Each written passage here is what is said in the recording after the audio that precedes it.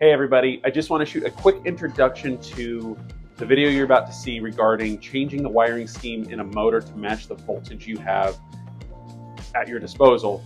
In that part of our plant, we have 230 phase power, and other parts of the plant we have 460 phase. The gear reduction motor came pre-wired for 460 high voltage, and I needed to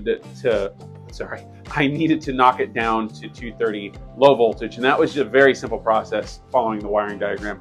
So this was originally going to be in my video that I did about the gear reduction replacement, but it kind of made the video a little too long and it didn't fit in really well. So I figured, why don't I just make a supplemental video? I'll link to that larger video if you're interested, but this video really just gets to the point.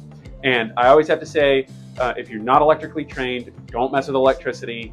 This one's a little bit more low-key because it was on the back of my truck. There was no live leads anywhere. But if you do it wrong, you can damage the pump, motor, or gear drive motor very badly. And so anyway, if you're not electrically trained, please don't mess with electricity. Okay, without further ado, let's change that wiring scheme. I'm going to do a real quick tutorial on wiring up a 3-phase motor for high voltage versus low voltage. And what I mean by that is high voltage in this context is 460 3-phase, 460 volt, and low voltage is 230 3-phase. 460 volt 3-phase right here is not what we have, but that's what it's wired up for.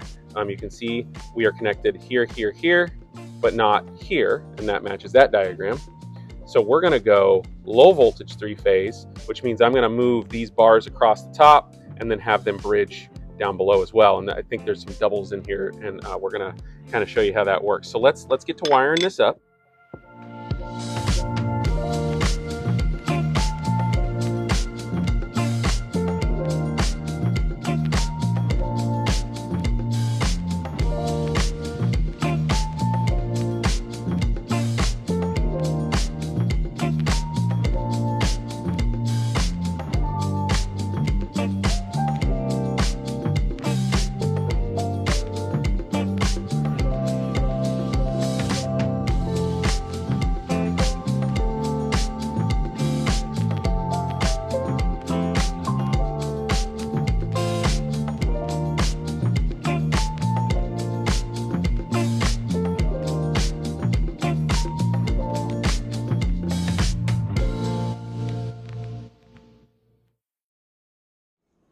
Okay, as you can see, we have matched the low voltage diagram.